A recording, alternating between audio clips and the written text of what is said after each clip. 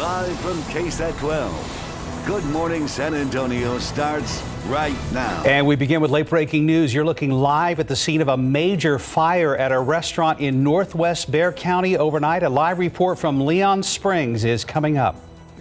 Plus, health officials and community leaders are coming up with incentives to get more people vaccinated against COVID-19 as demand for the shots begins to slow. And as we wake up on this Thursday morning, cloudy and cool yet again, a bit on the humid side. We'll talk to Mike in a moment. First to that late-breaking news. A massive fire destroys a long-standing restaurant in northwest Bexar County overnight. Fire crews arrived to find flames coming from the grill at Leon Springs over off I-10 near Bernie Stage Road. Stephen Cavazos is live there this morning. And Stephen, how are things looking right now? Mark, Stephanie, it has been a very long night here for first responders and a devastating loss for these owners for the grill at Leon Springs. We want to show you what we're looking at right now. This is what's left over following that massive fire overnight. We want to show you that we spotted a little bit of what looks like residual smoke coming from the roof of that building. Not just that, but this side of the building looks like it's completely collapsed on the exterior of the building. But again, been a very long night for crews out here. Firefighters arrived and actually found flames shooting through the roof. But by that time, the chimney had already collapsed. Crews had to battle that fire from the outside after part of the roof collapsed as well. And all in all, it took about 30 minutes to get things under control. But because of how the restaurant was built, crews have been, again, out here all night to make sure that there are no other issues. Unfortunately, they're saying that this is a complete loss. And again, also a devastating loss for the owners of this long-standing restaurant right behind me. One other thing we want to point out is that the proximity to other buildings in this area, the fire fortunately did not spread and was only contained to that building. But again, it looks like a complete loss. It's not clear how long firefighters are going to be out here, but we'll be keeping a close eye on things throughout the morning. So stay with us here on GMSA for the very latest. Mark, Stephanie.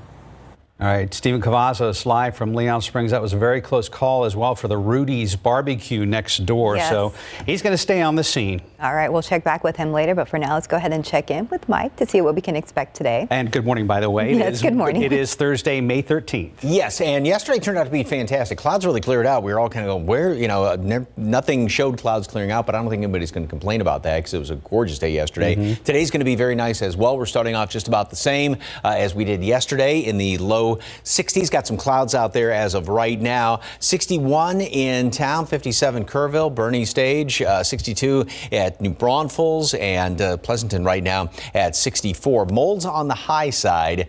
It should hopefully be dropping down a little bit since we didn't have any extra moisture throughout the day yesterday, nor today, nor tomorrow. Different story coming in here over the weekend, however.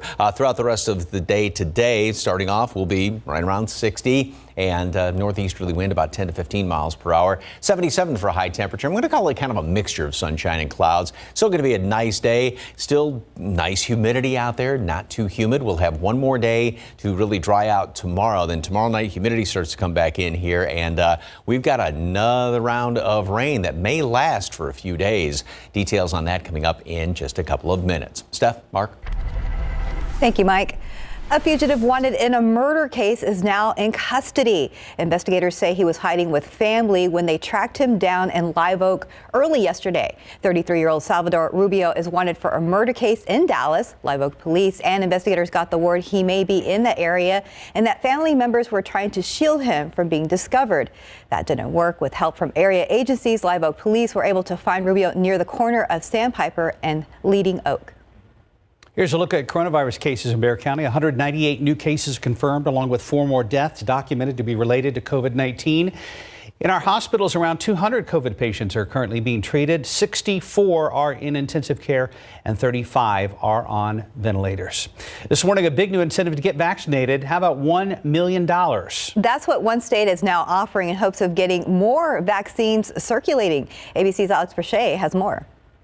This morning, vaccinated people in Ohio are getting a shot at a massive payout. The state is giving 5 adults $1 million each in return for getting at least 1 dose of the vaccine. To be eligible to win, you must be at least 18 years of age or older on the day of the drawing. You must be an Ohio resident and you must be vaccinated before the drawing. Federal coronavirus relief funds will be used for the prizes. Only in this country do we have to beg people to take a miracle drug. The incentive comes as more Americans are now eligible for the vaccine.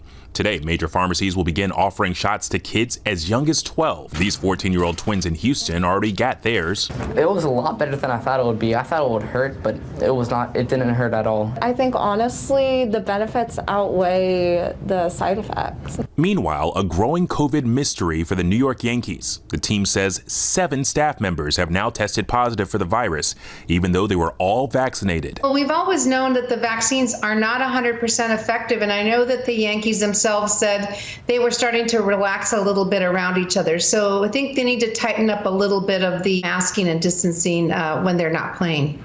As more Americans get vaccinated, the CDC is under pressure to relax guidelines on masks. The CDC director saying last night that new guidance is coming very soon. Alex Brachet, ABC News, Washington. President Biden has now signed an executive order aimed at better protecting the U.S. from cyber attacks. Even so, the White House acknowledged more will need to be done to block hacks like the one on the Colonial Pipeline. Officials described the order as an initial step towards hardening the systems and software which underpin the nation's basic functions. The order would require new standards on software, but is limited to products and companies used by the federal government.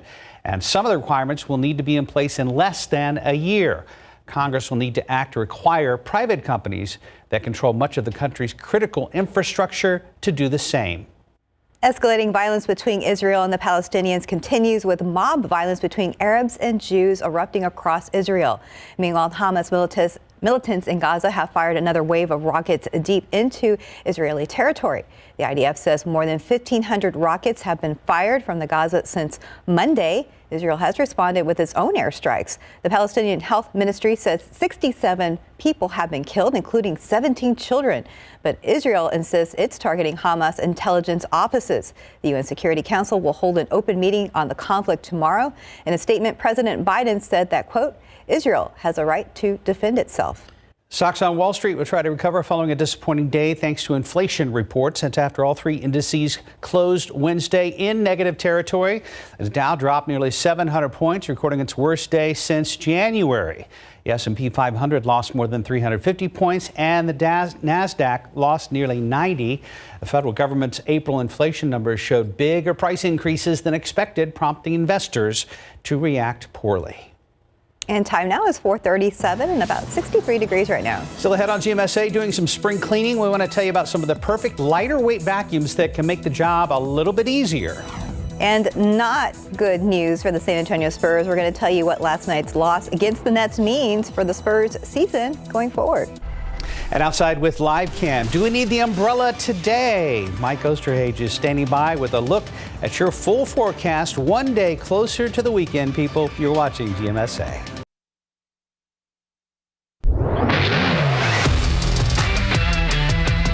Our San Antonio Spurs on the final road trip of the regular season last night in Brooklyn, taking on the Nets. Former Houston Rocket James Harden, who had missed 18 games due to an injury, returned to help the Nets win. He scored 18 points. Final score, Nets win at 128-116. Nets jumped to a 35-20 lead after the first quarter and didn't look back. Spurs coming up that 146-125 victory over Milwaukee, scoring a franchise record 87 points in the first half. They didn't hit that total until the final period last night.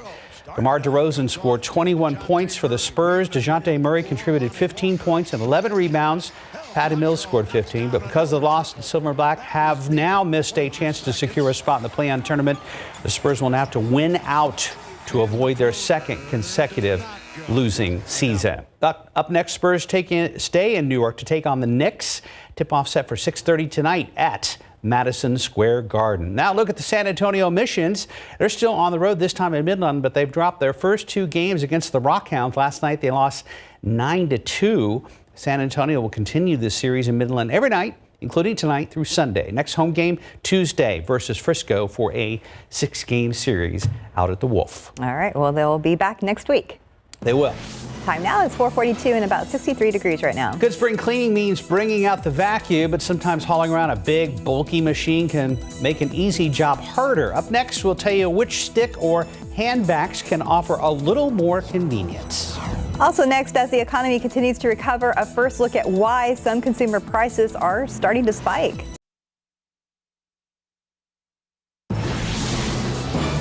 And and welcome back. It's about 4:45 now. Consumer prices rose sharply last month, and some experts say it's a simple supply and demand issue. ABC's Rebecca Jarvis has the details in today's GMA First Look.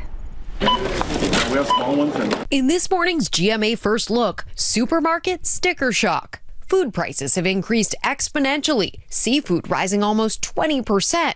Fruit and baked goods like donuts and rolls will cost nearly 8% more, and meats like beef and pork priced nearly 5% higher. The price increases linked to disruptions in the supply chain caused by the pandemic and severe weather, but also an increase in money in the economy through stimulus checks and tax returns. What's happening is basically a supply-demand issue. There's just not enough supply to meet demand, and that's all over the board. And it's not just food prices that are increasing. The price of diapers and toilet paper expected to rise later this summer.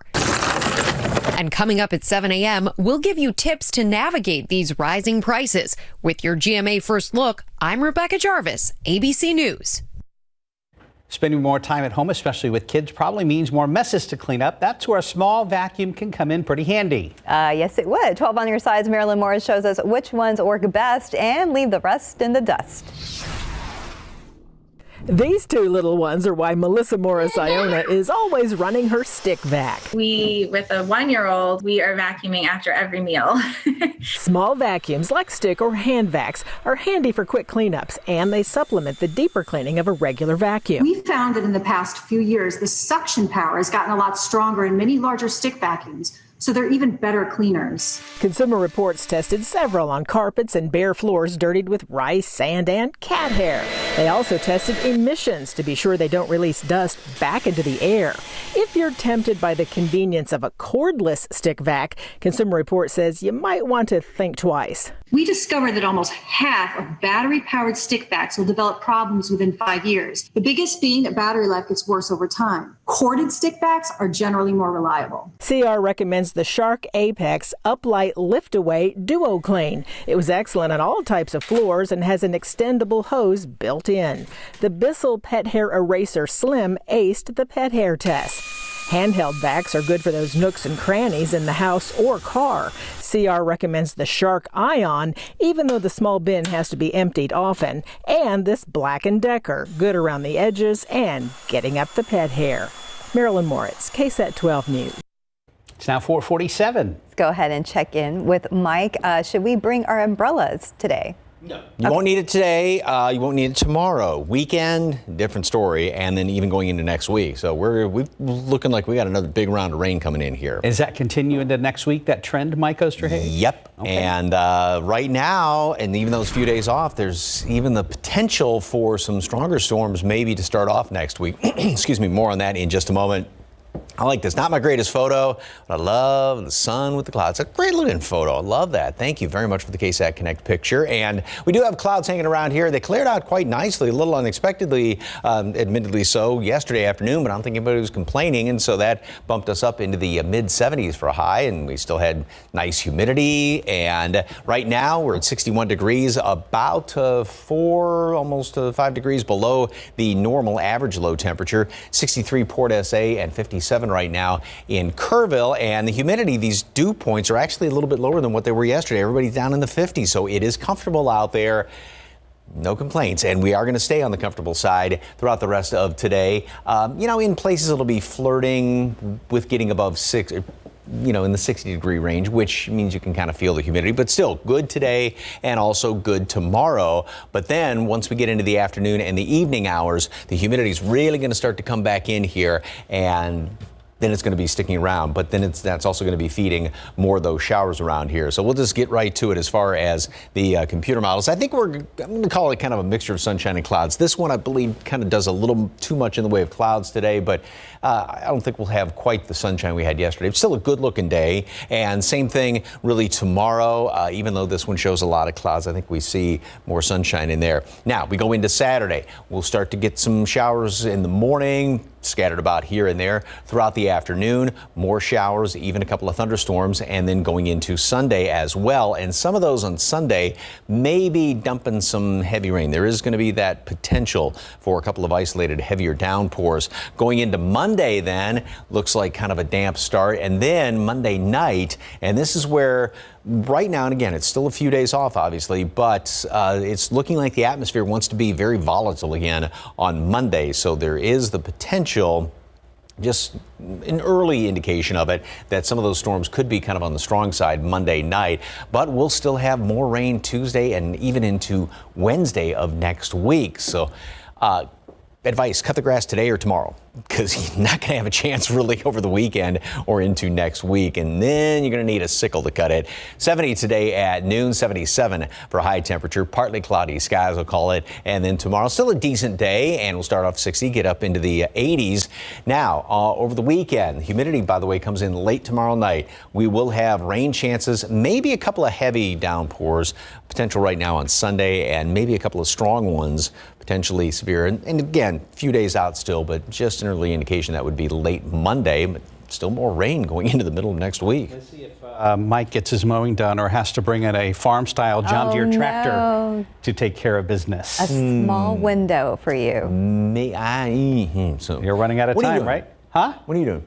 What am I doing? I've worked out a system with a neighbor so we can get coming over to my house. Oh, I'm coming over to your house. Got it. Okay. I missed the point. I'm sorry. Yeah, that's what friends are for. I know. 451, about 62 degrees.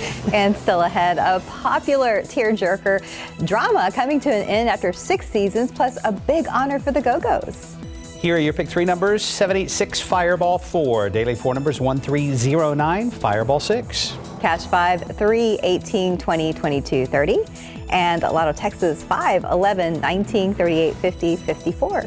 And your Powerball numbers: 1, 19, 20, 38, 54. Powerball 17, Power Play 2. Good luck.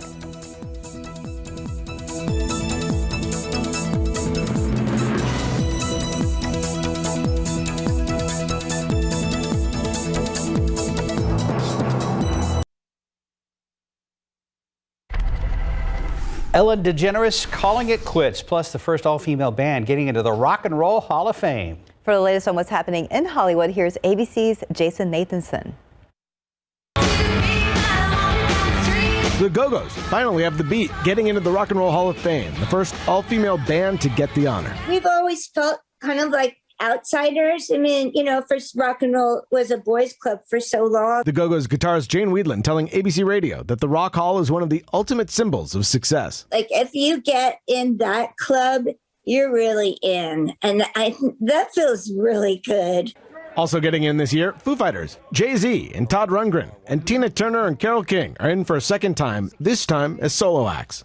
Ellen DeGeneres dancing off into the sunset, announcing that she's ending her daytime talk show after next season, which will be her 19th. She tells The Hollywood Reporter that she's just not challenged by the show anymore creatively, and she isn't exactly sure what she'll do next, but she swears the decision has nothing to do with the toxic workplace allegations that hit the show last year. Also ending, NBC's This Is Us. The tear-jerking drama will come to a conclusion with the upcoming season 6. And happy birthday to you, Stevie Wonder. The legendary singer and musician is 71 today, while the Late Show host Stephen Colbert is 57. And that's what's happening in Hollywood. I'm Jason Nathanson, ABC News, Los Angeles. Right now it's 4:56. And still ahead on GMSA, the nation's largest fuel pipeline has now restarted operations after that recent cyber attack. But parts of the country could still feel the after effects of the incident for several more days. Plus, it's a miracle thanks to technology. We'll tell you how it's helping a paralyzed man to write ahead in Tech Bites. And ahead on GMSA at 6, have you seen it yet? The official 2021 Fiesta poster has been revealed. We're going to take a look later on in our 6 o'clock hour of GMSA. And coming up here at the top of the hour, Samuel King joins us in studio here to get us updated on the very beginning stages of your Thursday morning commute. You're watching GMSA. We'll be right back.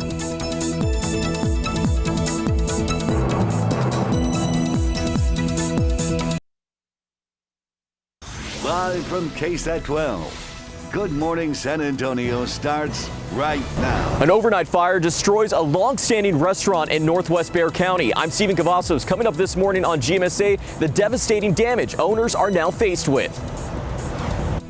Colonial Pipeline says its operations are now back up and running. I'm Alex Boucher in Washington. I'll have details on how long it'll take to be fully operational again.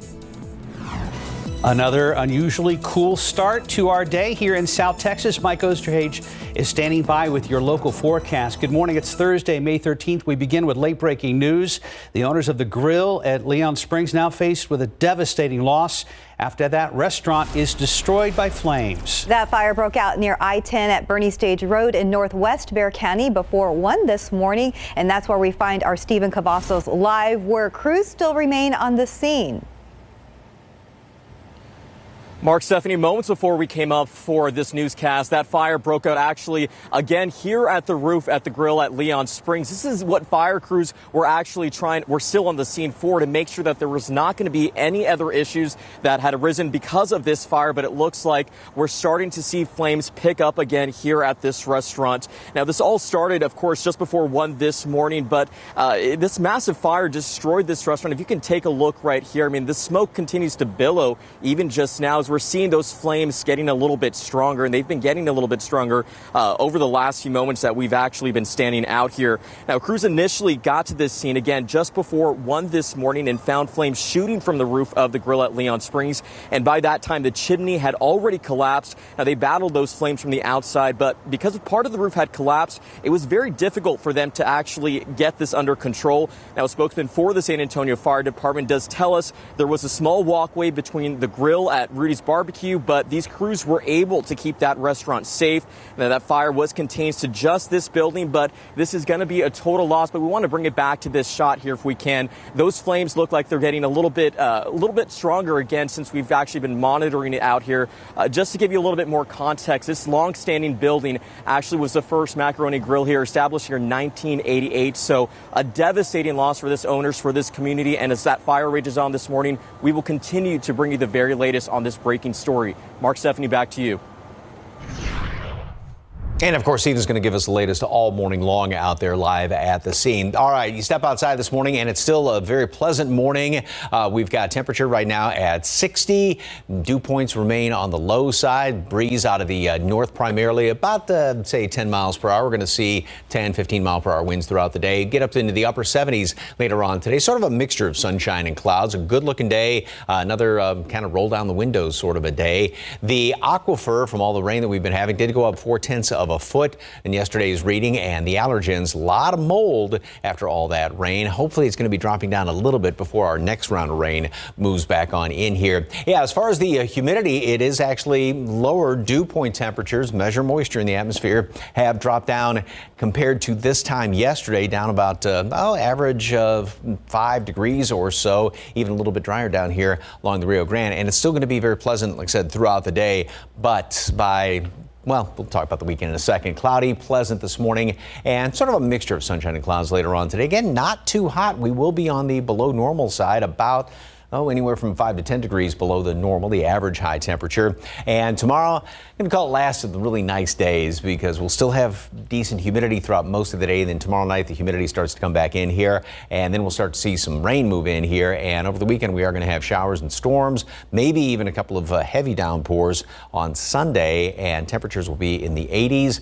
Rain's going to continue into next week. More on that in just a couple of minutes. Traffic Authority, Samuel King. Anything going on, sir? Good morning, by the way. Good morning, Mike. Good morning to everyone out there. Things are mostly quiet in the area, but we do have some residual construction. So let's take a look at that, particularly out here on the east side, or far east, east of the east side, actually, eastern Bexar County, almost near the county line. Some road work still about 5:30 on I-10 westbound between Zool and File. You're down to 12 miles per hour. You're doing some barrier movement out here, so there's some alternating lane changes this morning to watch out for. Other than that, things looking fairly good, but we do have some slowdowns coming in on I-10. Again, westbound, 33 minutes now from Sagina. It's a little higher than normal. Again, that's because of that construction work there near the county line. 26 minutes coming in on 35 from New Braunfels, and also 26 minutes coming in on 281 from Burro Verde. And looking at TransGuide, I-10 at Loop 410, that looks fairly good this morning. We'll have another update coming up. Mark, Stephanie? Livonia High School now shut down at least until next week. That's after a student who attended the school's prom Saturday later tested positive for COVID-19. The roughly 800 students will now need to attend classes virtually through Tuesday, May 18th. In a letter to parents, the principal asked students to be monitored for any symptoms while at home. Those parents are also encouraged to share the news of potential exposure with any other students who attended prom but are not enrolled at that high school. Kids as young as 12 years old are now approved to get the Pfizer vaccine. And here at home, about a dozen kids at Heritage Pediatrics received their first shot yesterday, hours after the approval was given. Dr. John Fitch invited local physicians with young children who wanted to get the shot to be among the first. He says it's a good example to the community that they trust the science with their own kids. For kids, the shot means freedom from mask wearing and worries about infecting their grandparents or family members. They understand the importance of this, and they understand that once we're all vaccinated, we can start flying again and feel safe about it. Parents who are ready to give their kids a vaccine can go to any location where the Pfizer vaccine is being administered. You can call your pediatrician for any health concerns. This morning, the nation's largest gas pipeline is back online after a Russian-based cyber attack. But it will take several days to fully restore. Now, Homeland Security is taking action to ease gas supply shortages along the East Coast. ABC's Alex Brachet has the latest from Washington. This morning, the nation's largest gas pipeline is back online. Colonial Pipeline says it has restarted operations more than 5 days after Russian-linked hackers forced them to shut down. But it could take several days to fully restore operations to the massive 5,500-mile pipeline. Drivers in several states are paying top dollar at the pump, raising fears of price gouging. 6 gallons of gas for $35, that's absolutely ridiculous. And that's if they can even find gas. Hoarding does not make things better, and under no circumstances should gasoline ever be put into anything but a vehicle directly or an approved container. Overnight, the White House announced Homeland Security will grant a temporary Jones Act waiver to transport additional gas and jet fuel between the Gulf and East Coasts. And this morning, the Associated Press reports an audit of Colonial Pipeline 3 years ago found glaring deficiencies. The firm that conducted the audit said an 8th grader could have hacked into that system. In response, Colonial said its workers are constantly assessing and improving our security practices, both physical and digital. It has not said how the hackers gained access to its system or if the ransom was paid. Alex Brachet, ABC News, Washington. It's now 5:07. And still ahead, a first look at new groundbreaking technology that is allowing a paralyzed man to write. And next, how the Bexar County Clerk's Office is making sure that untold moments in Tejano history are being properly preserved. And taking a look outside with a live cam, we are in the lower 60s this morning and expecting another nice day. But how long do we have to take a break from the rain? We're going to check in with Mike later on. Just about 11 past the hour. Welcome back to GMSA. Our Tejano Moments series has taught us about the untold story of Tejano history. Now the Bexar County Clerk's Office is making sure that history is being preserved. The Spanish Archives have an updated facility where all kinds of documents that date back to the 1700s are being kept. Erica Hernandez got a look inside the facility. Behind this vault sits records, documentation, maps, photos of the history of Bexar County, a history that is now in the hands of Bexar County District Clerk Lucia Adame Clark and her staff. Can you imagine that historical information that belongs to our great ancestors? How much more will we learn if we unlock the history of Bexar County? So it's not just Bexar County here in the state of Texas. It includes a big collection. When Adame Clark took office in 2019, the vault and the records inside were in disarray. Over the past 3 years, an audit was done, as well as getting an $18 million restoration project. And we were able to recognize and identify, articles and books and needs of preservation of things that were falling apart. These documents were cracked. They were in poor condition. The restoration would make way for the portion of the archives that was moved to Austin in 1899 because there wasn't enough space to store the documents and make the entire archive available to all. Now the big plan is to get all these records and be able to digitize them so everyone can see them online. So we're going to make sure that you're able to see it, not only in Spanish or whatever, Latin, what it's written in, but you're going to see it transcribed and transcribed, where you can understand what you're reading. What I call it is unlocking history. That information will be available for anyone to look into for free and help unlock a history that all generations can discover and understand. I want a younger generation to read it how it was written. I don't need an opinion. I want the truth so people can know the real history of what happened here in Bexar County. Erica Hernandez, KSAT 12 News. And time now is 5:13 and about 62 degrees right now. Two major names in the smartphone biz teaming up to bring remote wireless charging to everyone. Plus, why Tesla has now stopped taking Bitcoin for vehicle purchases. What's the #1 retinol brand used most by dermatologists? Ta-da! It's Neutrogena. With derm-proven retinol, rapid wrinkle repair smooths the look of fine lines in 1 week, deep wrinkles in 4. So you can kiss wrinkles and other wrinkle creams goodbye. Rapid wrinkle repair. Pair with our most concentrated retinol ever for 2 times the power. Neutrogena.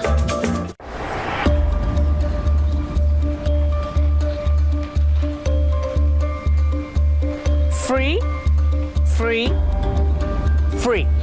That's right. TurboTax Free Edition is free. Free, free, free, free.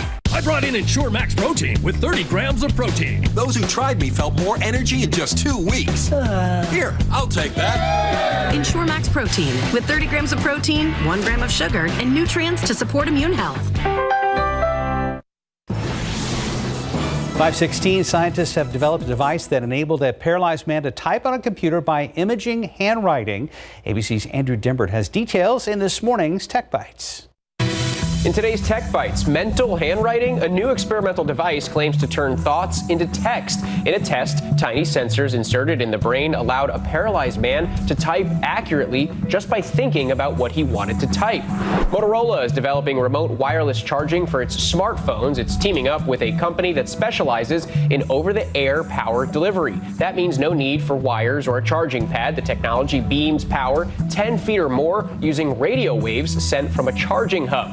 And Tesla says it won't be accepting Bitcoin for vehicle purchases from now on. Owner Elon Musk tweeted that the company is concerned about the use of fossil fuels in Bitcoin mining and transactions, especially coal, which has the worst emissions of any fuel. This morning, the value of Bitcoin is down 11% since last week. Those are your Tech Bites. Have a great day.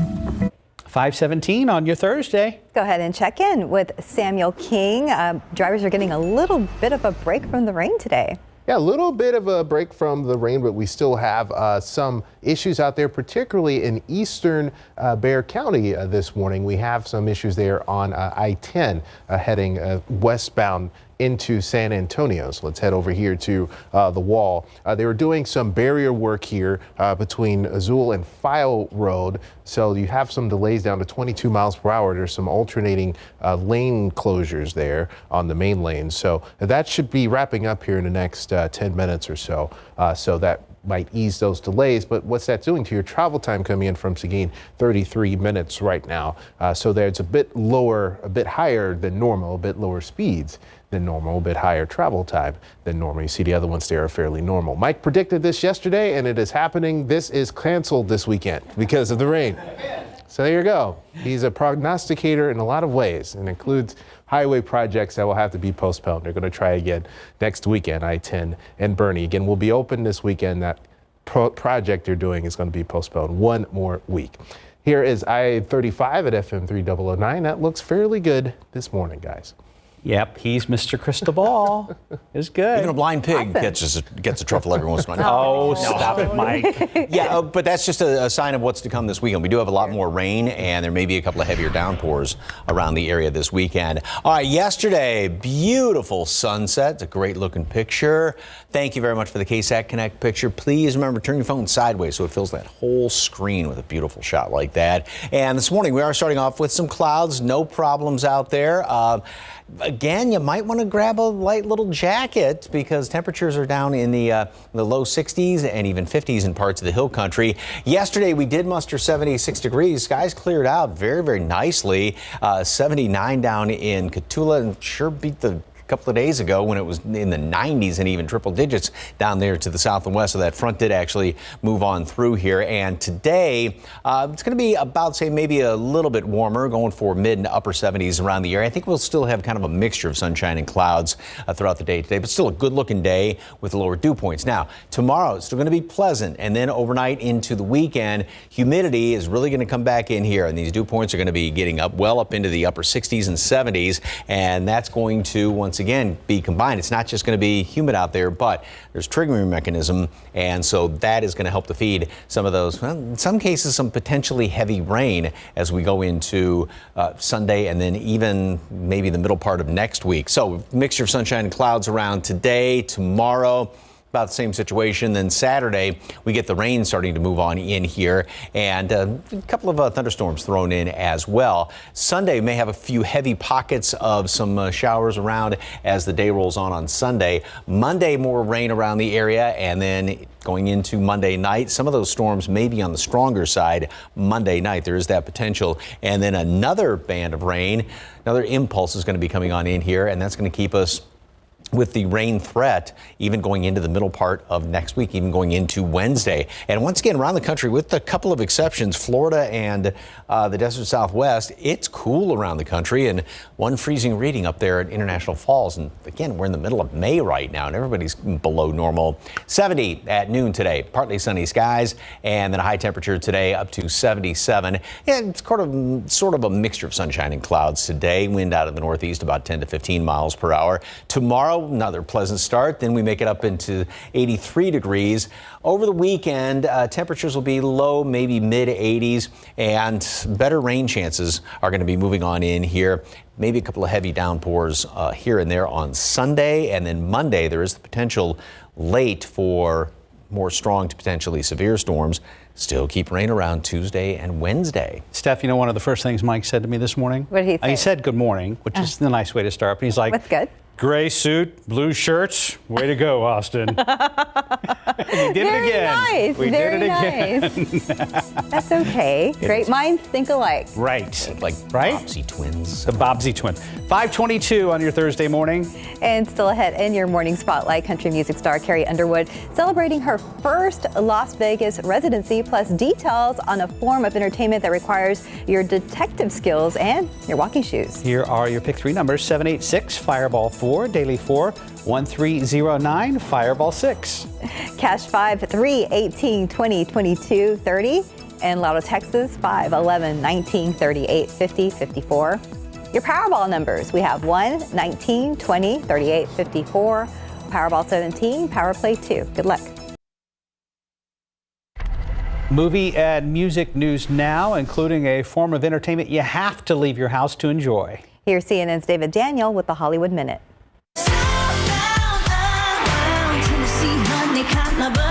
Carrie Underwood is Vegas bound. The 3-time ACM Entertainer of the Year has announced her first Las Vegas residency.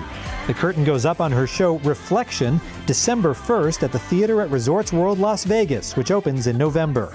$1 from each ticket sold will go to the Make-A-Wish Foundation. See you at the table, ladies. So has this been wiped down recently? She's got this. I'm going to have you fill in for me at the Nationals. That's insane. Is $15,000 insane? A nice girl learns to get aggressive to compete in the Women's Arm Wrestling Championship in the comedy Golden Arm. The film has a rare 100% fresh rating on RottenTomatoes.com. It's currently streaming on most digital platforms. One of them committed the crime, and it's up to you to find out who done it. Clue Live requires your detective skills and your walking shoes. Audience members interrogate the suspects and try to solve the crime while wearing face coverings and following safety guidelines. Clue Live launches this summer in LA, New York, and Chicago, and this fall in Washington, D.C. and Atlanta. Info at cluewalkingexperience.com. In Hollywood, I'm David Daniel. I got it. It was Stephanie with the coffee cup or little Hello Kitty purse in the newsroom. You got me. Okay, you got me. All right, 526, about 62 degrees. And still ahead on GMSA, now that more kids are able to get the COVID-19 vaccine, educators are now working on a timeline to get more kids back to in-person learning. Plus, when faced with a bad diagnosis, mental health experts say humor has a big part of recovery. We have important recommendations on how to boost your mood even during tough times. And we'll tell you how to get your cut of the $100 million YouTube is now offering for content on one of its newest platforms. And coming up today on GMSA at 6 a.m., the coronavirus pandemic forced a lockdown, but they didn't stop a pair of local runners. Why they were outside covering a ton of ground as part of a challenge. That's coming up today at 6. A massive fire in northwest Bexar County has fire crews busy throughout the night. I'm Stephen Cavazos. Coming up this morning on GMSA, the latest from this breaking scene. And now that the COVID vaccine is available to younger people, educators are now focused on getting more students back into the classroom. Good morning. We want to get to that late breaking news this morning. Flames destroyed a popular restaurant in northwest Bexar County overnight. That fire broke out at the grill at Leon Springs near I-10 at Bernie Stage Road, and fire crews have been out there all night long into the early morning hours. Stephen Cavazos is live there now. And Stephen, we saw the flames shooting from the roof earlier. How are things looking right now?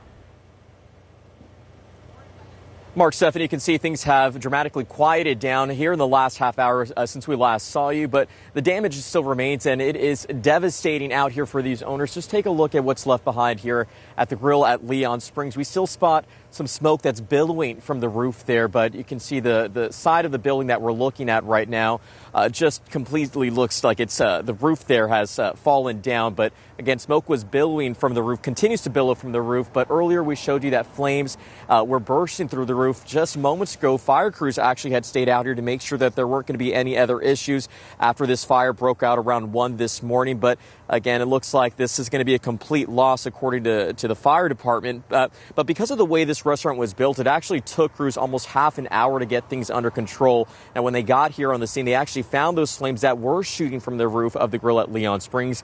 And by that time, the chimney had already collapsed. They battled those flames from the outside because part of the roof had collapsed, which made it more challenging for them. Now, a spokesman for the San Antonio Fire Department does tell us there was a small walkway between the grill and a Rudy's barbecue, but crews were able to contain the flames to just this restaurant. However, the building, again, just a complete loss. We still probably have about one fire unit out here that is just overseeing some possible hot spots, but it doesn't look like there's anything major happening right now. And as we told you earlier, this is a long-standing restaurant and actually used to be the original Macaroni Grill, which was established back in the 1980s. So a devastating loss, not just for the owners, but for the community here in Leon Springs. I was actually also talking to the owner, or someone from corporate with Rudy's Barbecue. They say Rudy's Barbecue will stay open today, but we are trying to get in touch with the owners here at the grill at Leon Springs. But again, this is a devastating loss, and we're going to be following this throughout the morning as crews still remain on the scene investigating this fire. One last thing, the cause has still not been determined. Investigators will be out here throughout the morning. So again, stay with KSAT as we bring you the latest. And that was Stephen Cavazos reporting out there in Leon Springs. All right, beautiful start this morning. We do have a few clouds hanging around the area. Temperatures are really, really nice. We right now are at 60, dew point's 55, so still low enough to be very pleasant. Got a little breeze out of the north to northeast at 9 miles per hour. Light jackets, once again, not a bad idea. The mold is on the high side. Pecan is low. Mold should continue to go down. Of course, we got a chance to dry out a little bit yesterday, today, as well as tomorrow. And then the rain's going to be coming back on in here. But today, just another great looking day. Sort of a mixture of sunshine and clouds. Later on, we'll be up to 70 at noon, 77 for high temperature northeasterly wind at 10 to 15 miles per hour. And another very pleasant evening. Great day tomorrow. But again, the rain's going to start to move back in here over the weekend, and maybe once again an extended period of rain. We'll talk about that coming up in just a couple of minutes. Traffic Authority, Samuel King, anything big going on? Nothing too big going on. The only thing we've been really following is a situation on I-10 east of 1604, very near the Barrack-Guadalupe County line. This morning they had some construction overnight, and this will happen again tomorrow night as well. They're doing some road work here between Zool and File, alternating main lane closures. So that's accounting for some of the slowdowns we've been seeing on I-10, but that should be wrapping up here within the next few minutes, and we'll probably see that yellow turn to green, which is what we like to see. Once you get inside 1604 and I-10, heading between Loop 410 and 1604, 5 minutes each direction. So no delays there. So that's good there. But coming in from Seguin, we're down to 30 minutes, which is like normal time, fairly normal, 29, 30 minutes coming in from there, 22 minutes coming in from Lavernia, 28 minutes coming in from the Floresville area this morning. And here's a look at Loop 410 at Rolling Ridge, flowing well right now. We'll have another update coming up. Mark, Stephanie. Thank you very much, Samuel. Right now it's 5:35. Kids 12 to 15 years old can now get vaccinated against COVID-19. And as CNN's Britt Conway reports, education leaders say it's one more weapon in the fight to get kids back to full-time, in-person learning as soon as possible. And you can relax, it's okay. And the CDC gave Pfizer the okay too on giving its vaccine to kids 12 to 15 years old, like 14-year-old Graham Peisner. He has big plans. Hang out with some friends and go buy some Microsoft products. As for school, I'm pretty sure in the fall I'll be going back in person in school. That's exactly what Education Secretary Miguel Cardona wants to see too.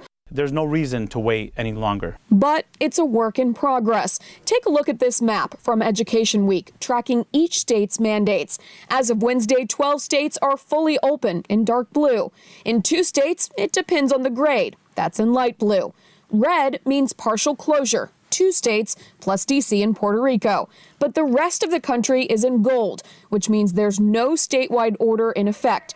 So it's up to the district or even school to decide. Every day that passes is a wasted opportunity. Now that kids 12 to 15 can get vaccinated, Cardona says it's time. Even 2 to 3 weeks being with your classmates, being with your teacher, helps students be prepared. Though even he said 2 weeks ago, some schools face legitimate challenges in reopening, like outdated buildings with old ventilation systems, reduced capacity on buses, and community spread of COVID-19.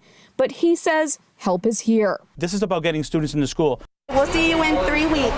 I'm Britt Conway reporting. Some leaders over the Houston area are trying to get a posthumous pardon for George Floyd. The Harris County Commissioners Court unanimously passed a resolution calling for one this week. Floyd served time for allegedly selling $10 worth of crack cocaine there in 2004, but the only evidence was testimony of a former detective, Gerald Goins. He's accused of lying to get a warrant and charged with murder and records tampering. The County Public Defender's Office also has filed for a posthumous pardon. Former Minneapolis police officer Derek Chauvin was convicted of murdering Floyd last year. And happening today, the San Antonio Salvation Army will be holding a phone bank from 7 a.m. to 7 p.m. Each donation helps ensure the nonprofit can continue on its mission to serve the community. If you would like to make a donation during this phone bank, you can call this number, 210-598-7921. Again, this starts at 7 a.m. this morning. 5:37. We are in the lower 60s this morning. And do you need a little extra cash? YouTube is willing to pay you to use one of its new features. We're going to tell you how it works coming up. And still ahead, had an important look at how humor becomes a crucial part of the healing process, even after being diagnosed with something as bad as cancer. And taking a look outside with live cam. We are starting off nice in the low 60s, but we're taking a break from the rain just today. After that, lots of rain to come. We're going to check in with Mike later on. Good morning and welcome back. 540. There are very few phrases more gut-wrenching than "you have cancer." The fear of the unknown can leave you reeling. What treatment will I need? What side effects will I have? And will I even survive? Mental health experts say for some, finding humor during a health crisis is one important way to cope. And David Sears has more on a woman's tongue-in-cheek quest to use humor to heal while letting other cancer patients know that they are not alone. 2 years ago, Diana Bossy went to the ER with intense abdominal pain and was blindsided by the doctor's diagnosis: diffuse large B-cell lymphoma.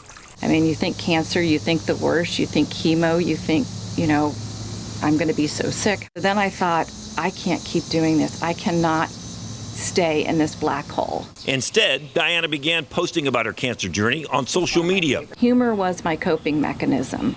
Board-certified psychologist Shelley Jones works extensively with cancer patients.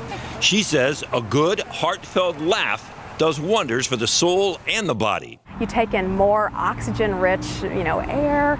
It helps get your cardiovascular system moving. Johns recommends her patients stock up on mood-boosting movies, read a funny book, or pull out your childhood comic book collection. Finally, surround yourself with like-minded friends. For Diana, it was a longtime friend and part-time cartoonist Steve Wallace. Steve read Diana's social media posts daily and began to sketch her exploits. I knew it was her coping mechanism, and I knew I would probably do the same thing. Steve's illustrations gave Diana the push she needed to fulfill a lifelong goal, turning her Facebook posts into a book. So I thought, if I don't do something now, who knows if I'll have another chance. Diana has been cancer-free since August of 2019. She is donating 5% of the proceeds of her book to Leukemia and Lymphoma Society and another 5% to the Alzheimer's Association, where she works. And thank you, David Sears. Time now is 5:42, and we're in the low 60s this morning. Up next, how you can make a little extra money using YouTube's newest feature. 5:45, are you worried every little tickle in your throat might be the first sign of something bad? Do you always check your symptoms on the internet to get a diagnosis? Your health anxiety, a condition that used to be known as hypochondria, may in fact have worsened during the pandemic. And as Ursula Perry reports, it's been rising all year, but a local expert has ideas on ways to fight it. The coronavirus headlines can make anyone uneasy.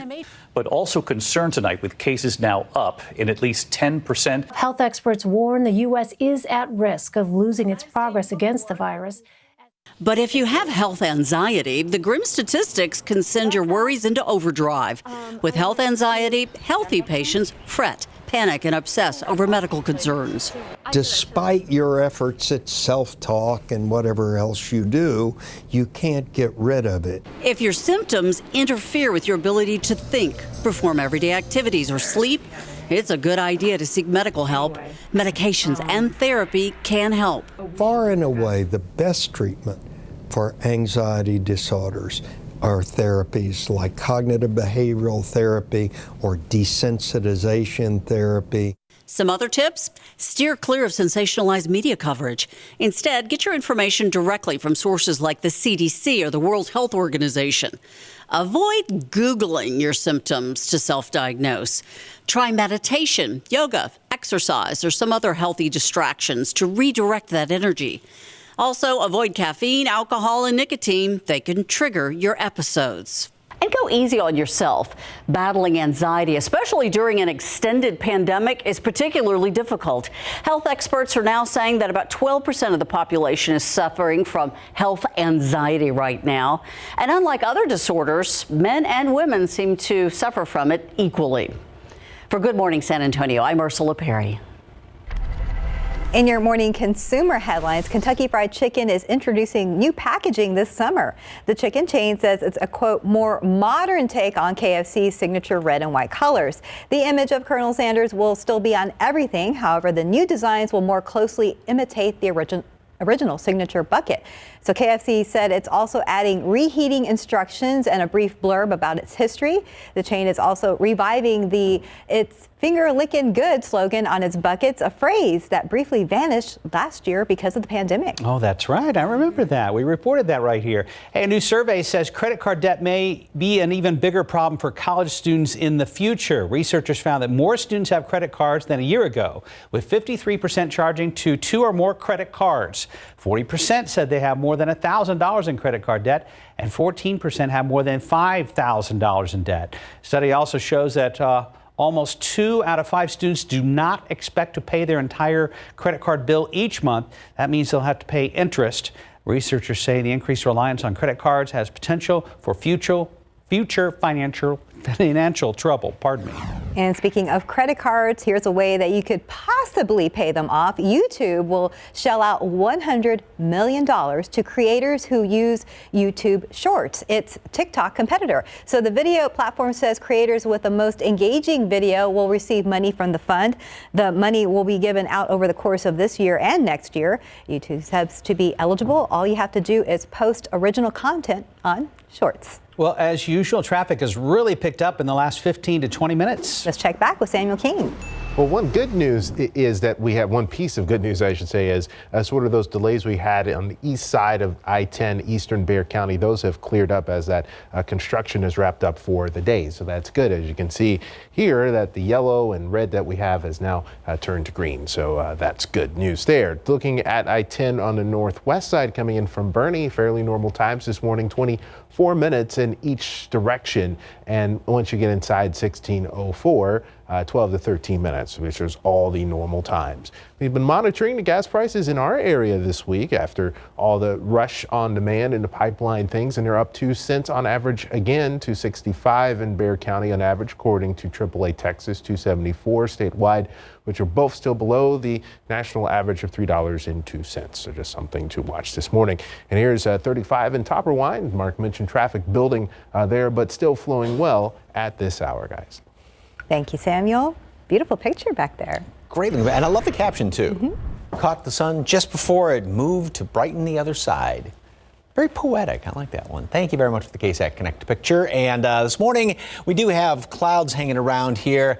Don't know if the sunrise is going to be anything spectacular. We should have a decent sunset, kind of a mixture of sunshine and clouds later on today. And again, temperatures are pleasantly cool out there, almost 5 below normal right now. 55 Bernie Stage, 54 out there in Los Maples. Light jacket, once again, is not a bad idea. And these numbers are still fantastic. Dew points, when I keep emphasizing, and I keep talking about this just because it's not going to stick around forever, below 60. So it's really, really nice out there this morning, and it's going to stay that way pretty much all day long. And these numbers are actually down about 5 degrees on average from where they were even at this time yesterday, when it was very pleasant in the morning. All right, here's what the computer model looks like throughout the rest of today. And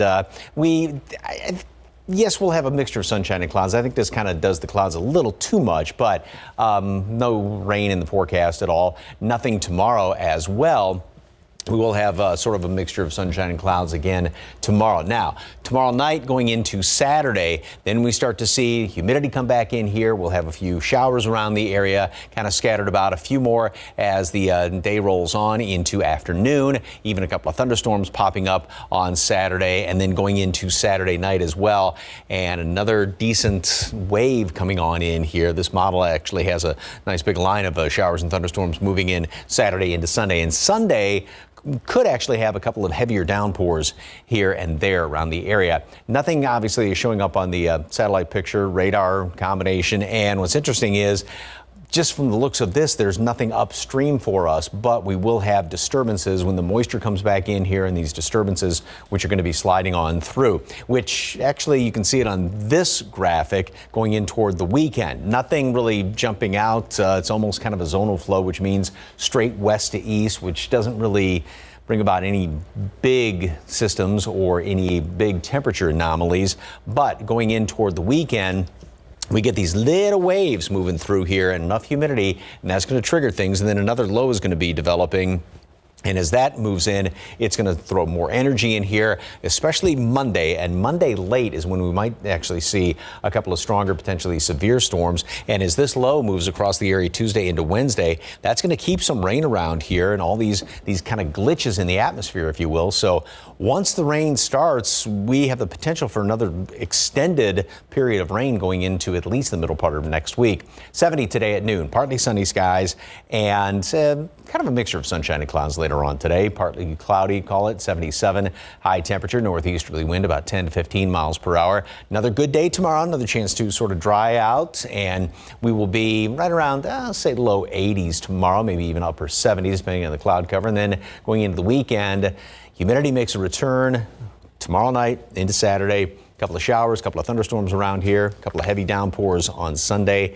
And right now there is the potential for some of those storms to be on the strong side Monday evening. As you said earlier in the newscast this morning, we've got kind of a finite window now for yard work. Yep, today and tomorrow. Possibly tomorrow. Okay. Well, we better get it done because that's a lot of rain. And yes, it is a lot of rain. And it's nice, though, to, look at the lawn and go, you can almost see it growing. And, even on Transguide. Like, It looks like Augusta National out there right now. Yeah, where I have dirt, I have weeds now, which is great. So. Congratulations, Mike. Thank you. 554, about 62 degrees. Pretty green weeds. There you go. Here's a look at your... If it's green, I'll take it. There you go. Winning lotto numbers here, also green. Pick 3, 786, Fireball 4, Daily 4, 1309, Fireball 6. Cash 5 numbers 3, 18, 20, 22, 30. Lotto Texas, 5, 11, 19, 38, 50, 54.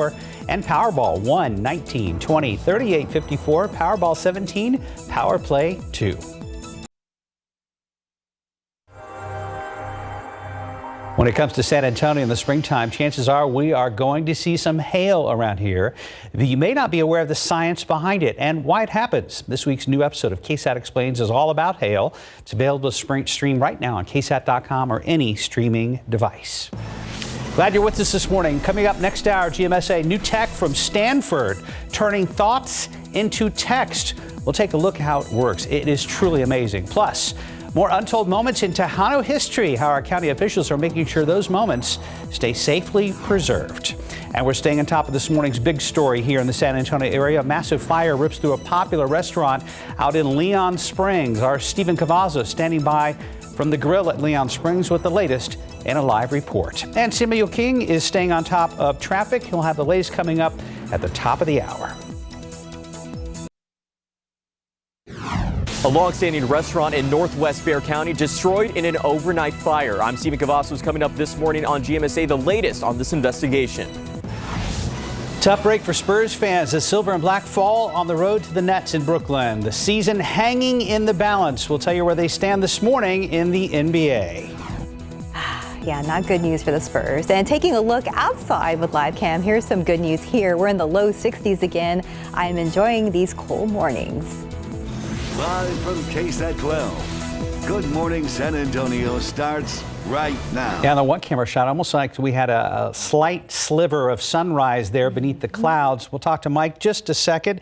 Good morning to you. It's Thursday, May 13th. Rise and shine. Thanks for joining us. And enjoy the break from the rain if you were tired of the rain. So we have today a little bit of a break, and tomorrow. Mike says if you've been putting off the yard work, the window is closing quickly. Yeah, today, tomorrow are your really opportunities before more rain starts to move on in here. If you can kind of squeeze it in maybe on Saturday sometime, but we will have more showers around here. And yeah, as far as the mornings now, savor it, drink it in because it won't last forever. So there's that little bit of an orangey glow right there along the horizon where there's a thin spot in the clouds, but we got a fairly good cloud ceiling on top of us right now. Temperatures, it is nice out there. 60 in town, 57 Kerrville, Rock Springs, 55, and 56 in Fredericksburg. Light jacket's pretty good idea. A lot of mold, and that's hopefully going to be going down given the fact we are going to be dry today and dry tomorrow. Pecan is on the light side. And temperatures this morning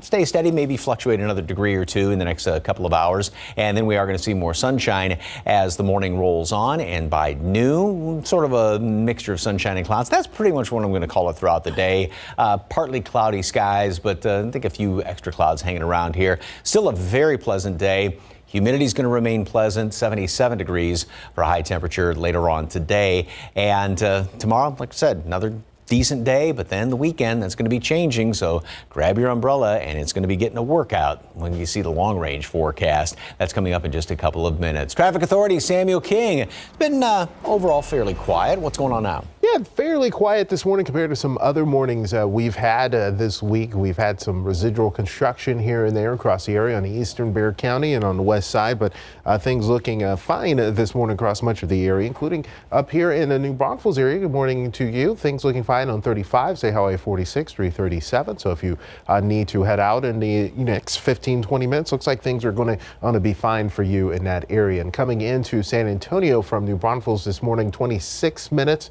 Also 29 minutes coming in from Seguin, 24 minutes coming in from Bernie on I-10. And here's a look at TransGuide 281 at Loop 410 looking fine this morning. And let's try and get one more here before we toss it back. Loop 410 Rolling Ridge and Fredericksburg Road traffic building, but looking fine. And we'll have another update coming up. Thank you, Samuel. Smoke and devastating damage are all that remain of a long-standing restaurant out in Leon Springs. A massive fire destroyed the grill at Leon Springs near I-10 and Bernie Stage Road. It took fire crews all night to get things under control. Stephen Cavazos is live there this morning. And Stephen, have investigators determined how this all started?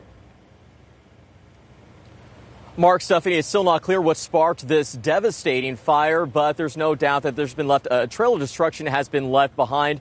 Investigators are expected to stay on the scene and come out here again later this morning to comb through some of the debris of that damage. But again, what has been left behind is that trail of destruction. We want to show you what we're looking at right now. Things have since dwindled down, and we've actually spotted what it looks like is just one unit that still remains. You can see that they're using a ladder there to possibly overhaul some hot spots. Now, earlier we did show you how that fire rekindled and flames were shooting through the roof, but this all started hours earlier. Now, when crews got out here on the scene, they found flames shooting from the roof of the grill at Leon Springs around 1 this morning, but by that time, the chimney had already collapsed. Now, they battled the flames from the outside because part of the roof had collapsed, which made it more challenging. Because of the way the restaurant was built, it did take fire crews probably about half an hour to get things under control. Now, a spokesman for the San Antonio Fire Department does tell us that there was a small walkway between the grill at Rudy's Barbecue, but they say crews were able to keep that restaurant safe and the fire was contained to this building. And as we've been saying throughout the morning, Mark and Steph, this restaurant has a long-standing history with the community. The grill was the original macaroni grill here in 1988, where the San Antonio Spurs often came, but right now it's a total loss, not just for these owners, but obviously the community out here in Leon Springs. Of course, we're going to stay out here on the scene, hoping to get you guys more answers throughout the morning, so stay with us here on GMSA for the very latest. Reporting live in Leon Springs, Stephen Cavazos, KSAT 12 News. Mark, Stephanie. Thank you, Stephen. A fugitive wanted in a Dallas murder case is now under arrest here. Investigators say they were able to track him down to Live Oak yesterday. 33-year-old Salvador Rubio is wanted for an incident up in the Dallas-Fort Worth area. Live Oak police and investigators got word he may be down here, and they say his family was trying to hide him. Salvador was eventually found near Sandpiper and I-35 in Live Oak.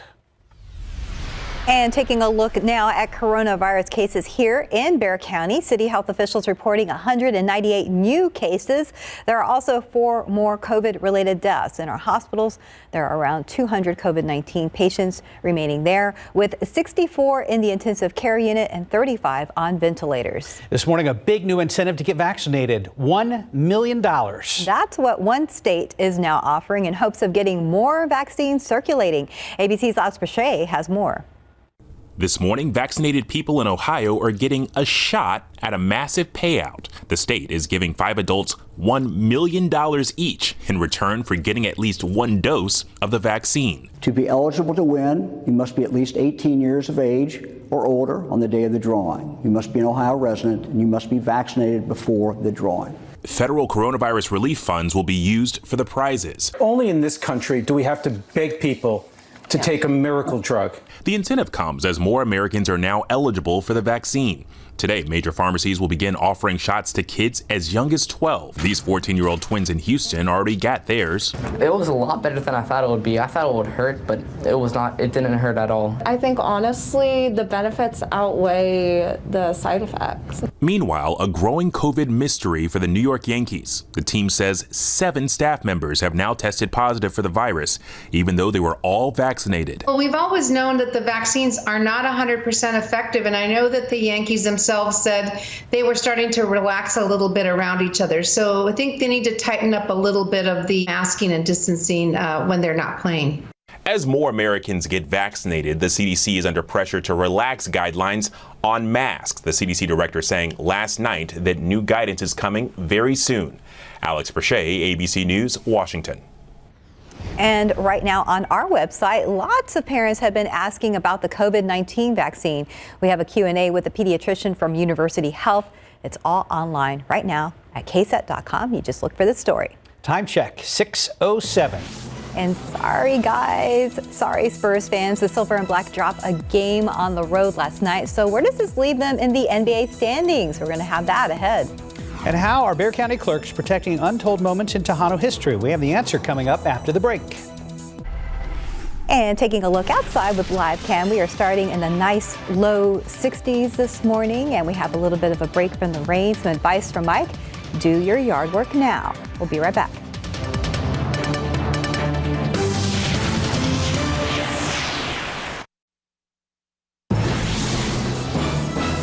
Our Tejano Moments series has taught us all about the untold stories of Tejano history. Now the Bexar County Clerk's Office is making sure that history is preserved. The Spanish archives have an updated facility and their documents that are there that date back to the 1700s. Erica Hernandez got a look inside the facility and the vault where these historical records are kept. Behind this vault sits records, documentation, maps, photos of the history of Bexar County. A history that is now in the hands of Bexar County District Clerk Lucia Adame Clark and her staff. Can you imagine that historical information that belongs to our great ancestors? How much more will we learn if we unlock the history of Bexar County? So it's not just Bexar County here in the state of Texas. It includes a big collection. When Adame Clark took office in 2019, the vault and the records inside were in disarray. Over the past 3 years, an audit was done, as well as getting an $18 million restoration project. And we were able to recognize and identify, articles and books and needs of preservation of things that were falling apart. These documents were cracked. They were in poor condition. The restoration would make way for the portion of the archives that was moved to Austin in 1899 because there wasn't enough space to store the documents and make the entire archive available to all. Now the big plan is to get all these records and be able to digitize them so everyone can see them online. So we're going to make sure that you're able to see it, not only in Spanish or whatever, Latin, what it's written in, but you're going to see it transcribed and transcribed, where you can understand what you're reading. What I call it is unlocking history. That information will be available for anyone to look into for free and help unlock a history that all generations can discover and understand. I want a younger generation to read it how it was written. I don't need an opinion. I want the truth so people can know the real history of what happened here in Bexar County. Erica Hernandez, KSAT 12 News. San Antonio Spurs on the final road trip of the regular season last night in Brooklyn, taking on the Nets. Former Houston Rocket James Harden scored 18 to help beat the Spurs 128-116. Nets jumped out to a 35-20 lead after the first quarter and unfortunately did not look back. DeMar DeRozan led the way for the Spurs with 21 points. DeJounte Murray contributed 15 points and 11 rebounds. Patty Mills had 15 points. Now, because of the loss, the Silver and Black have now missed a chance to secure a spot in the play-in tournament for the playoffs. They'll have to win the remainder of their games to avoid their second losing season in a row. Next up, Spurs staying in New York City. They'll try to bounce back against the Knicks. Tip-off set for 6:30 tonight at Madison Square Garden. Similar story over in the minor leagues right now. The Missions are still on the road in Midland, but they've now dropped their first two against the Rockhounds. Last night they lost 9-2. Ouch. San Antonio will continue the series in Midland every night, including tonight through Sunday. Next home game at Wolf Stadium is next Tuesday versus Frisco as they start a 6-game series here in San Antonio. And happening now on KSAT.com, it's beginning to look a lot like Fiesta.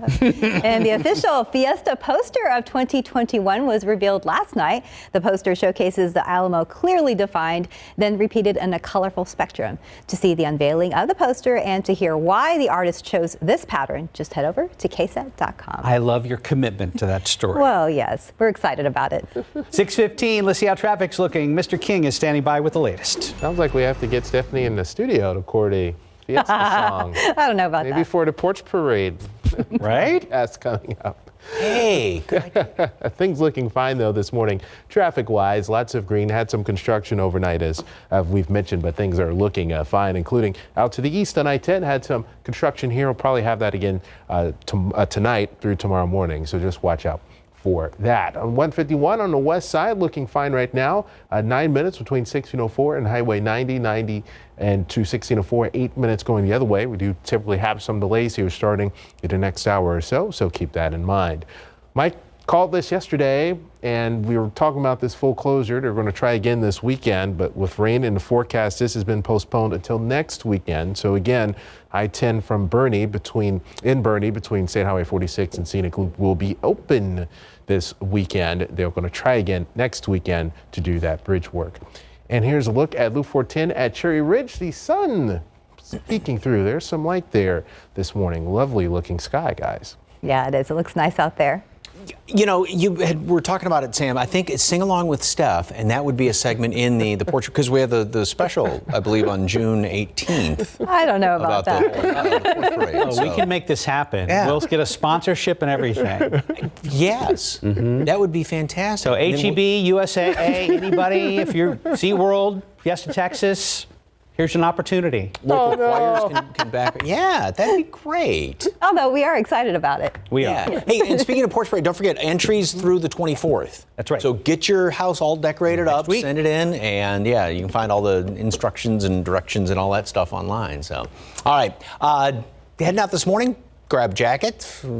Waiting for the bus, grab a jacket because it's nice and cool out there. We do have plenty of clouds. The sun's trying to squeeze through in places on the sunrise. And then later on today, sort of a mixture of sunshine and clouds, 77 for a high temperature today. So great looking afternoon and another great looking day tomorrow. And beautiful picture. I love this one. There is the mama cardinal, and she has moved her nest to a new tree.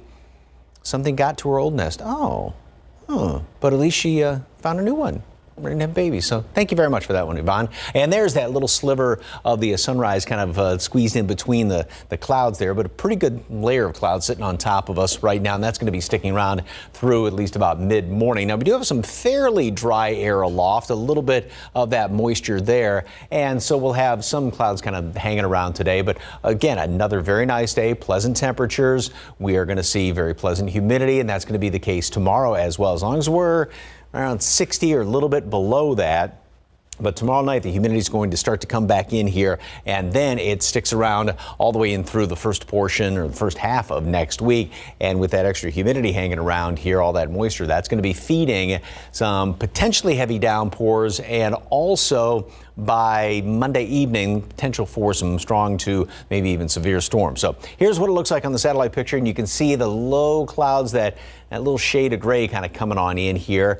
And they, like I said, will be kind of getting on out by, say, midday. There's really not much going on around the entire country, and despite that, looking at upstream, it looks like fairly tranquil, and that will be the case for today and tomorrow. But then we get more of the clouds moving on in here, more of the humidity moving on in here, and these little waves, these little disturbances are going to be sliding on in, and that's what's going to then touch off some of the showers and storms. We'll have a few of them around on Saturday as well as Sunday, and then as that low gets closer, that's going to really get the atmosphere going as we go into Monday evening, and that's going to be the opportunity for some potentially strong to severe storms. It looks like Monday evening, very volatile atmosphere on Monday, and then we still have rain even extending in after that. 70 today at noon, partly sunny skies. High temperature today makes it up to 77. We're still going to be 5-10 degrees below normal on average.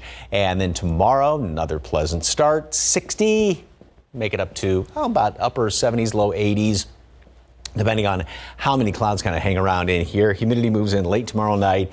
Rain on Saturday. It's not going to be constant, but we will have showers and thunderstorms around. I think pretty good shot at some rain, even some heavy downpours on Sunday, and then we'll have to just keep an eye on things for Monday, and more rain middle of next week. Yeah, Samuel was talking about that program. They keep having to bump the construction, and it sounds like they're like, "We'll get back to you." Yeah, at this point, because even at the next opportunity is truly weather permitting, of course. Yeah, we don't know. We don't know. 6:20 right now on your Thursday morning. And after nearly 20 years on the air, Ellen Degeneres is calling it quits for her daytime talk show. We're going to tell you why right after the break.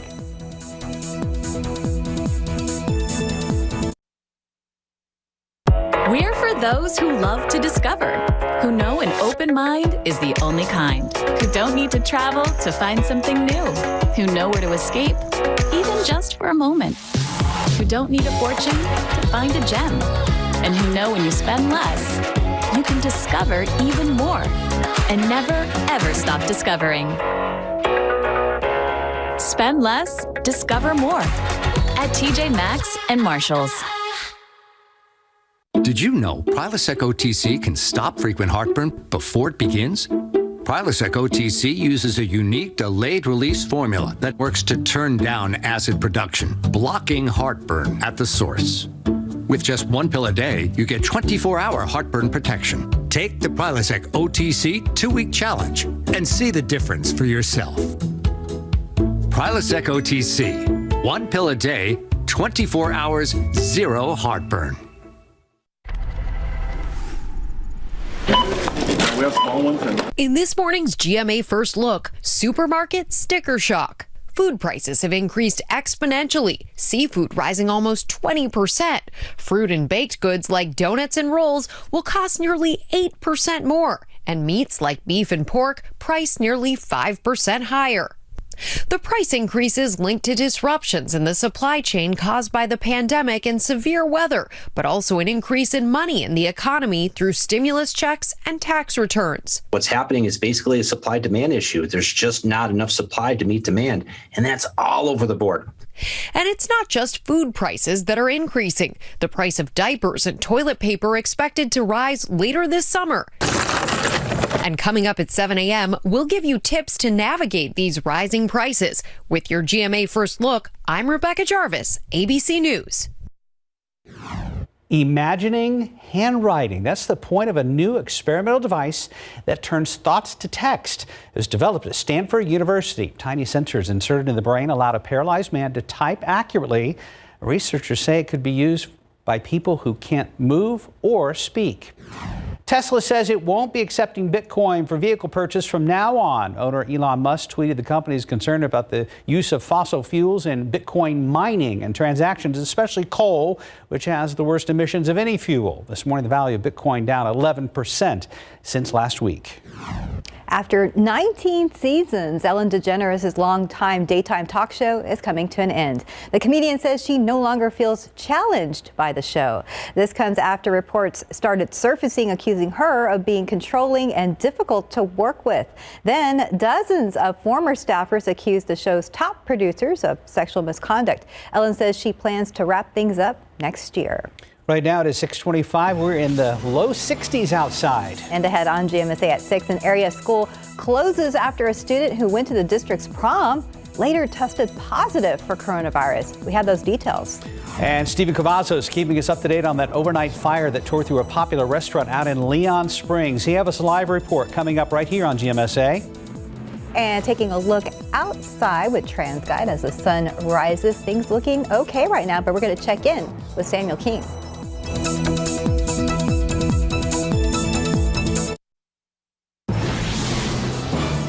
An overnight fire keeps crews busy here in northwest Bexar County after those flames destroyed a long-standing restaurant. I'm Stephen Cavazos. Coming up this morning on GMSA, the latest from this breaking scene.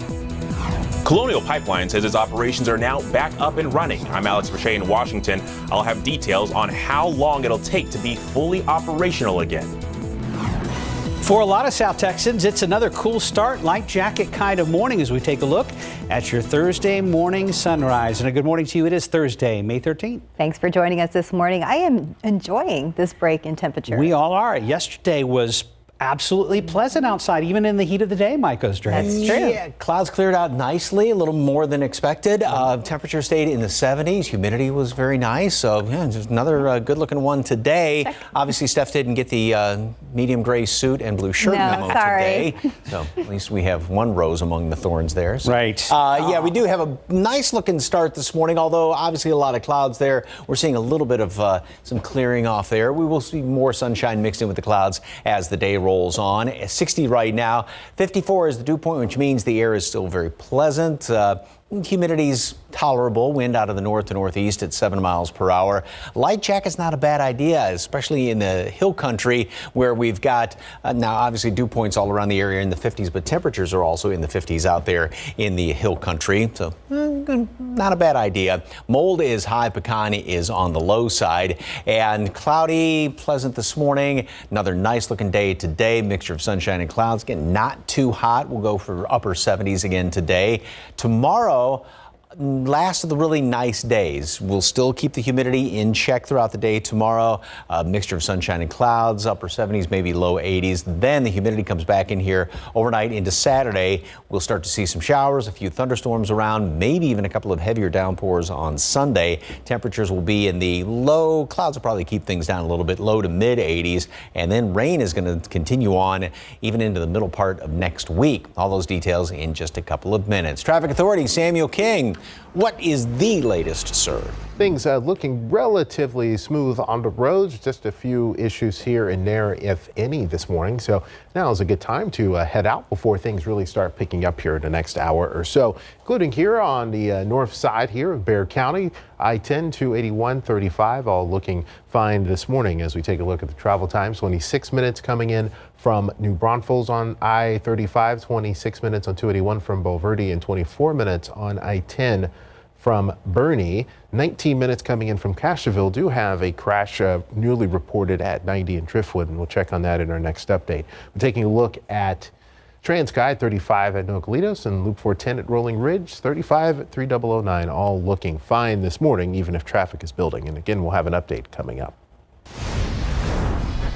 Let's get to our top story this morning. Fire investigators are trying to determine what sparked a massive fire that destroyed a popular restaurant in northwest Bexar County. The grill at Leon Springs near I-10 and Bernie Stage Road is now considered a total loss. Stephen Cavazos is live there now. Stephen, this is a big loss for the community out there. What can you tell us?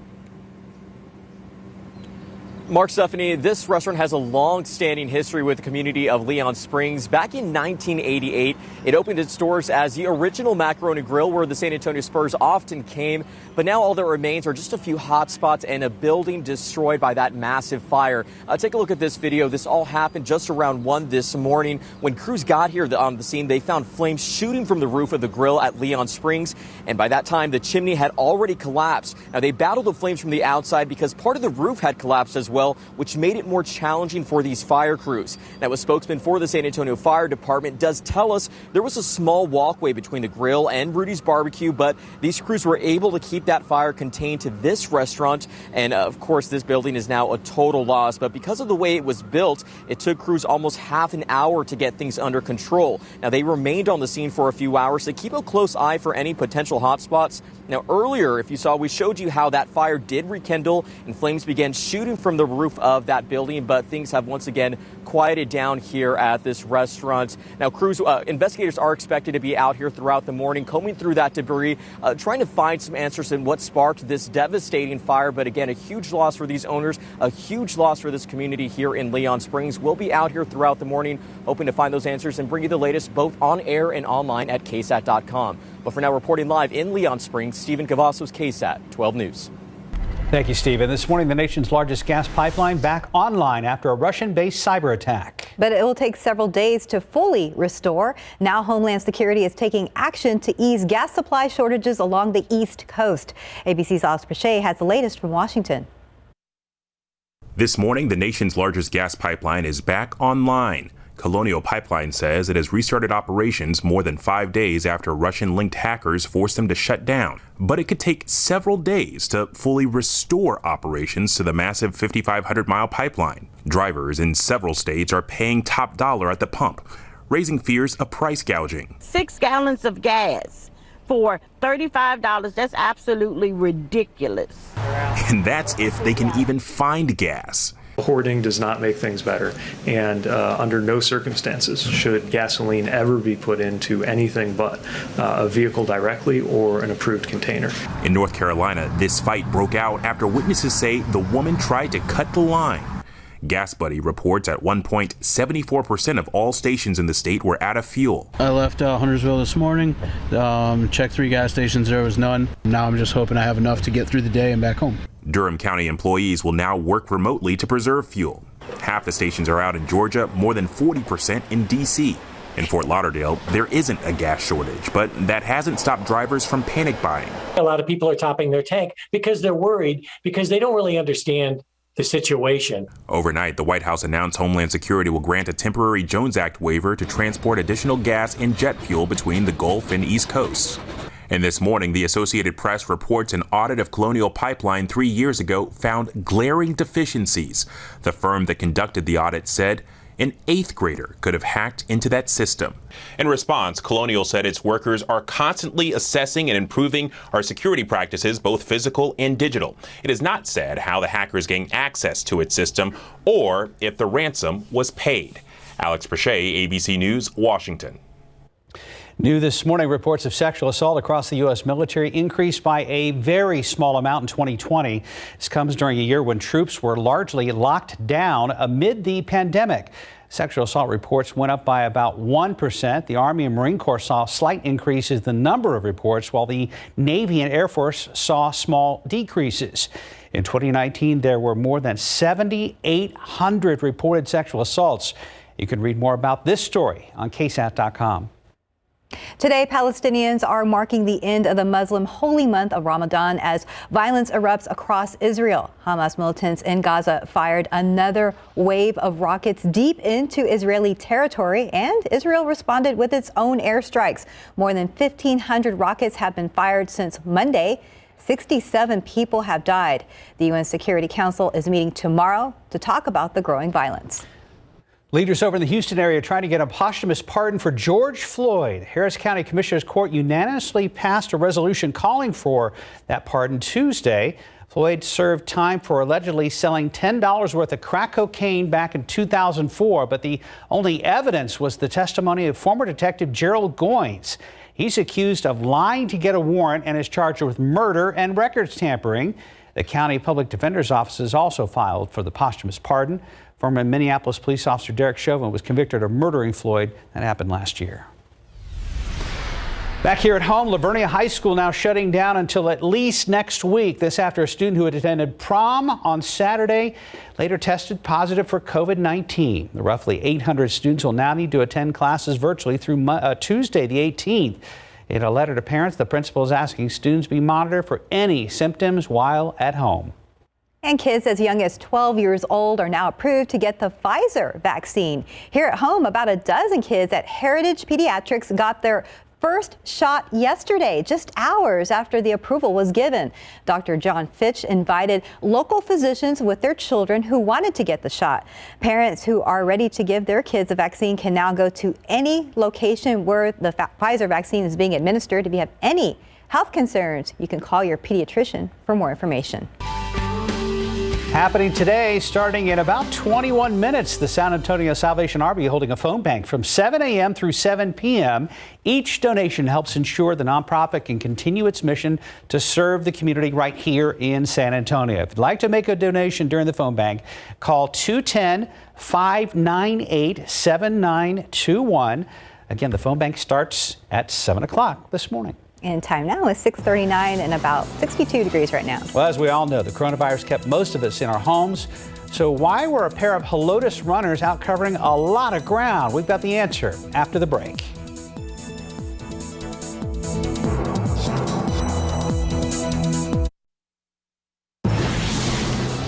While most people were stuck at home during the coronavirus quarantine, a couple of friends from Helotes here in the San Antonio area were out covering a whole lot of ground. They hit the streets, every single one of them in that city, as part of a challenge they created for themselves. Katrina Weber shows us how they accomplished that feat using their own 2 feet.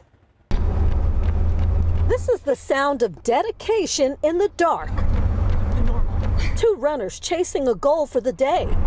But it took Kevin Mack and Angela English a full year to cross the finish line in a self-imposed coronavirus challenge. You know, it was a time when everything's locking down and you know, we were looking for some positivity and some way to motivate people. So here's where we are.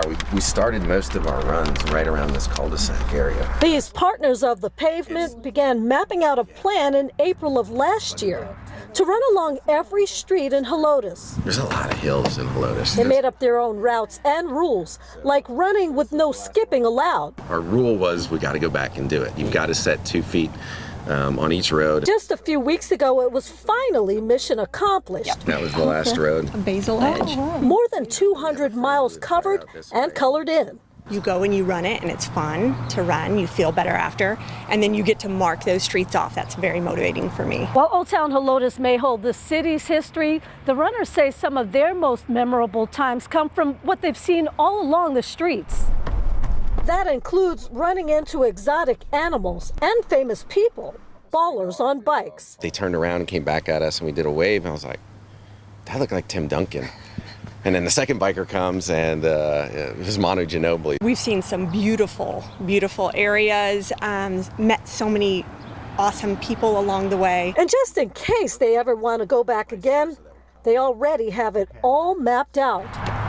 Katrina Weber, KSAT 12 News. Pretty cool story. That's very cool. What an accomplishment. And really, that's a great way to learn a city. Or even your own city. There's things that you discover when you're walking or running. Or jog. Yeah, because when you drive by, you miss some things. Yeah, absolutely. Hey, as we switch gears to Samuel, you'll appreciate this. Somebody posted a picture of a guy filling up, I assume, out east or southeast where there's been a run on gas. And he has a sign taped to his back that says, "It's for my lawnmower, I swear." You need those signs right now. Yeah, he's got the little typical container. Yeah, hopefully that clears up soon, because that's been a major problem for folks in North Carolina, Georgia, the Mid-Atlantic, and the Southeast. So hopefully that's good. Again, no gas shortages here, however. And take a look at some travel times. 28 minutes coming in from the Pleasanton area, 19 minutes coming in from the Castroville area, 17 minutes coming in from Lytle. We do have our first major crash of the morning. This is US 90. This is a view from Nogalitos this morning, and you can definitely see there the emergency crews and the traffic back up there. Again, this sort of at Driftwood is where the report came in from, but this is the view from Nogalitos, and you can see the backup is starting there. Sorry about the double icon there, but you can see 10 miles per hour there. You're approaching Zarzamora and then heading over to Driftwood and Nogalitos right there. So that's just something to watch out for, especially this morning. But again, inbound, that's looking fine. And once again, just watch out for this situation at 90 in Nogalitos. We mentioned the gas prices. They are ticking up still again, 2 cents on average up from yesterday across Bexar County, Texas, and the country. Hopefully things start going back down soon, Mike. Thank you very much, sir. And so back to the running, your avid runner stuff. How much do you do a day? It depends on what I have time for. But like during the week, probably a couple of miles. It's on the weekend when I have time, and my goal is maybe 6 or 7, depending on how much time I have. How many thousands of miles have you run, I wonder? I have to look at my app. I'll get back to you.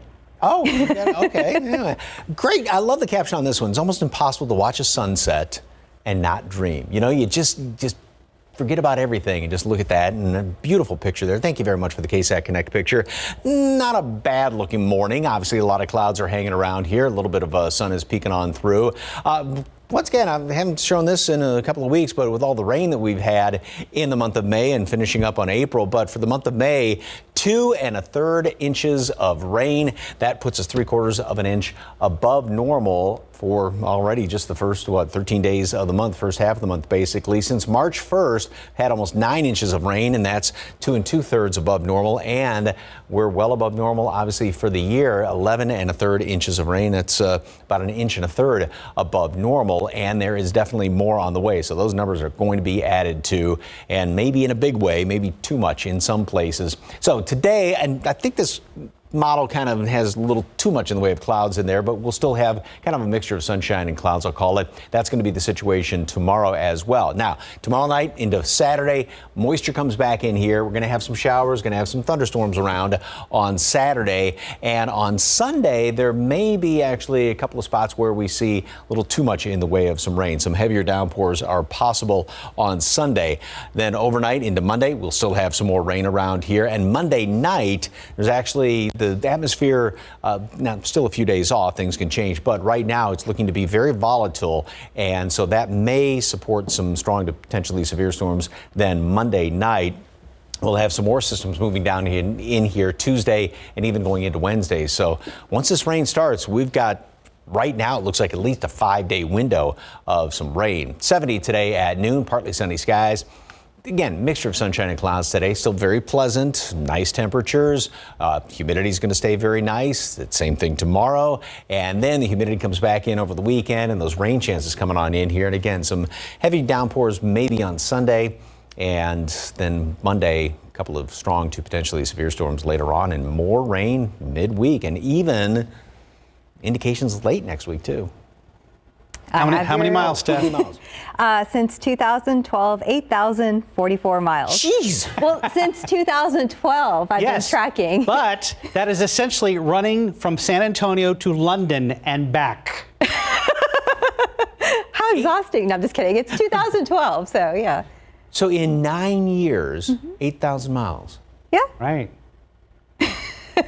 A little bit at a time. For example, this week, only 2 miles so far. So. Remember, Steph does more before 7 a.m. Most people do all day. Especially us. That's right. No. 6:50 right now, about 60 degrees. And tomorrow on GMSA, we'll tell you the story of one young woman who had an unusual start to her college career and the steps she took to overcome the adversity when our Great Grad series continues. That's tomorrow on GMSA. Outside with live cam, we were just talking about gas prices, and Mary Gomes just messaged me on KSAT Mark Austin and said, I was in Rhode Island over the weekend and gas there was already over $3 a gallon. We'll be right back.